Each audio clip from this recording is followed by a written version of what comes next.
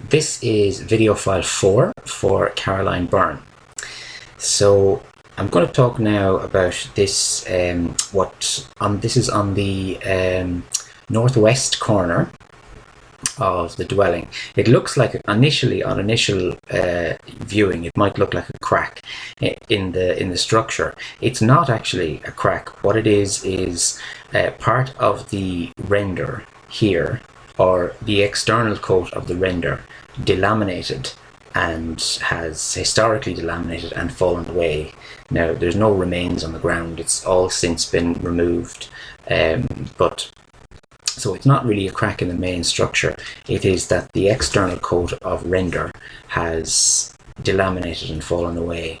Now if we zoom in, that's a closer view, and you can see kind of the uniform thickness the whole way down. Basically there's just the external coat of render is missing here, and there's a few more close-ups there where you can see that the external coat of render is missing. Now on this north elevation, much of the external render coat is boast, or basically it's delaminated. It's not correctly adhered to the structure underneath. When you knock on it, it gives a kind of a hollow sound, so you can tell that it's not keyed in as it should be. And there are other areas around the structure where the external delamination, where the external render has delaminated. Now there's no other areas where it's significantly cracked or spalling away, but there is some delamination, and that delamination is probably due to the fact that there's going to be rising dampness in the wall all the time, and that rising dampness is going to want to try and dry out and get out, and that's probably, effectively pushing off a layer of plaster and causing the delamination. So it may be due to that, maybe due to dampness coming up, it may just be due to poor construction. And I'll discuss it again in Appendix A, but it may be sensible to remove the external cement render so that the stone walls can breathe, because stone walls are not designed to have a cement render like this anyway. They were never meant to have a cement render. This cement render would have been added, it would have been added after the wall was built. It would never have been designed to have a cement render because it stops the wall from breathing and can generate internal dampness. So I'll discuss it again in Appendix A, but it may be sensible to remove it and replace it with either a lime render or even just a lime wash. So this is the living room, and you can see here from the photograph there is actually you can see a sag here in the living room. You can see it along the line of the coving here. You can see there's a sag in the roof. This is directly underneath the toilet area, or the toilet in the bathroom. So it's directly underneath the bathroom.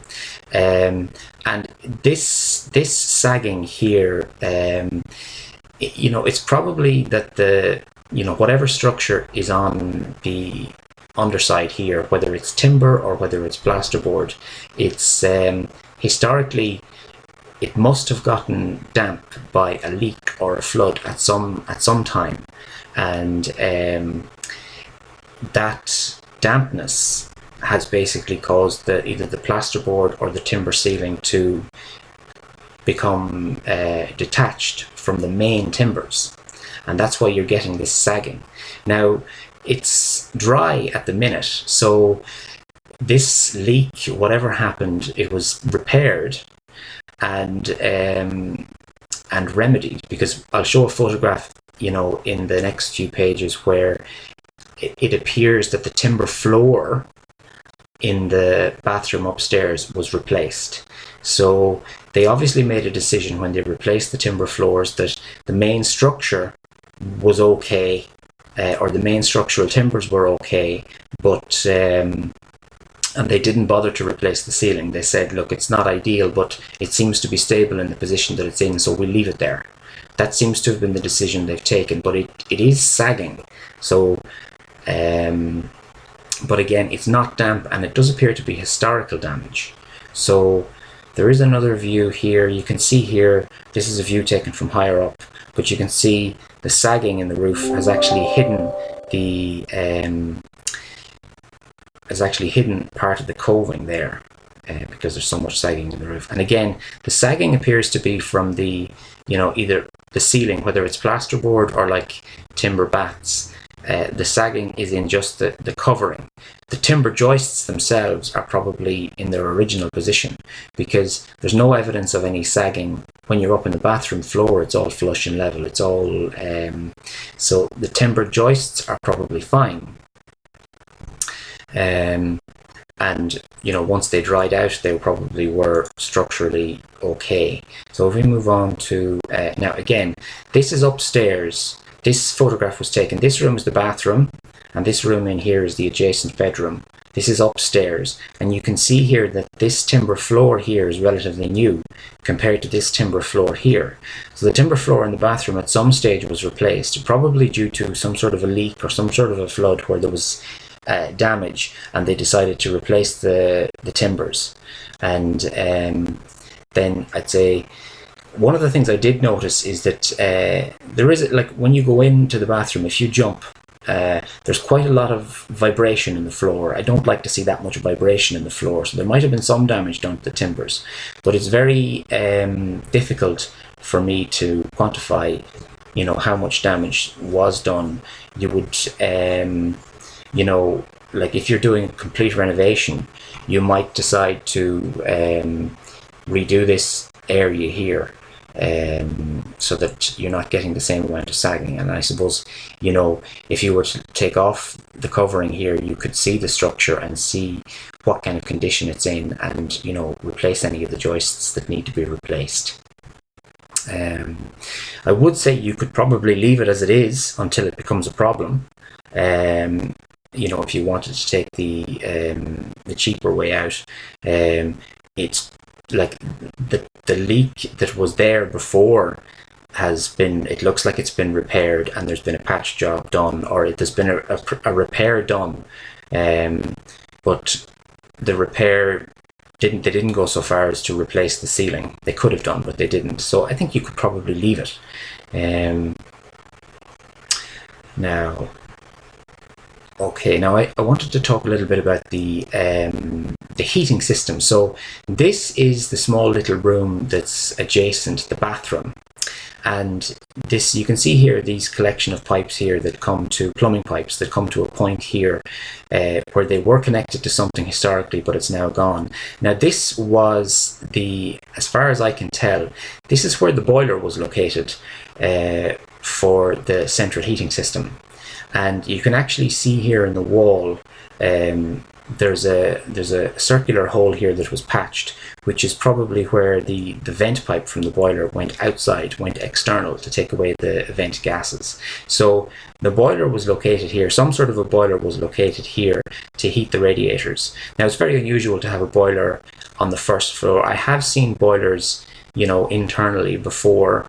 It's not common to have them internally because of the carbon monoxide fumes, but I have seen them inside before. I've never actually seen them on a first floor, up on the first floor, and for some reason it was removed. So the radiators at the minute are not, the radiators are there, but they're not working. So you can see that she has and it's not possible to test the heating system because there's no boiler. There's also no kerosene tank anywhere on site that I can see, so it looks like that was removed as well. Now, so that's just a close-up view of all of those pipes there. That's, again, another view of those pipes, and you can see that the cistern is also in here. There's your, or not your cistern, but that's your immersion tank is in there. And if I go on, take another view here, there's your immersion, and some of the plumbing pipes have been disconnected. So the plumbing is working. There's water coming to the bath taps and the sink taps, but then some of the other plumbing has been disconnected, particularly the stuff to the heating pipes. If I move on to the next page, you can see that's where the water tank is. It's directly over the shower. There's the immersion there. The water tank is up here. It's directly over the shower. The shower is underneath. The shower is not working. The shower is leaking water out of the main shower unit itself. So I just turned it on briefly and then turned it off. That's that one. And then this is just another view showing the storage tank up over the shower. Now, so normally this is in the attic space, but they didn't put it in the attic space in this particular instance. You could move it up into the attic space, but you would have to kind of create an access hatch and to move it up there if you wanted to keep it out of the way. So I suppose the one advantage of keeping it downstairs here is that at least it won't freeze over. If it's inside in the building, there's less chance of this. Sometimes a holiday home, if there's a water tank up in the attic space and there's a severe frost, this tank, the water in the tank can freeze. If it's not properly insulated, it can freeze, the tank can crack, and then you can have flooding throughout the building. And that may have been what happened with the bathroom floor originally. There might have been a big freeze and then the tank might have expanded. That's possible. So again, that's just... So I'm going to stop this video here, and I'll come back and I'll talk about the central heating system in the next video.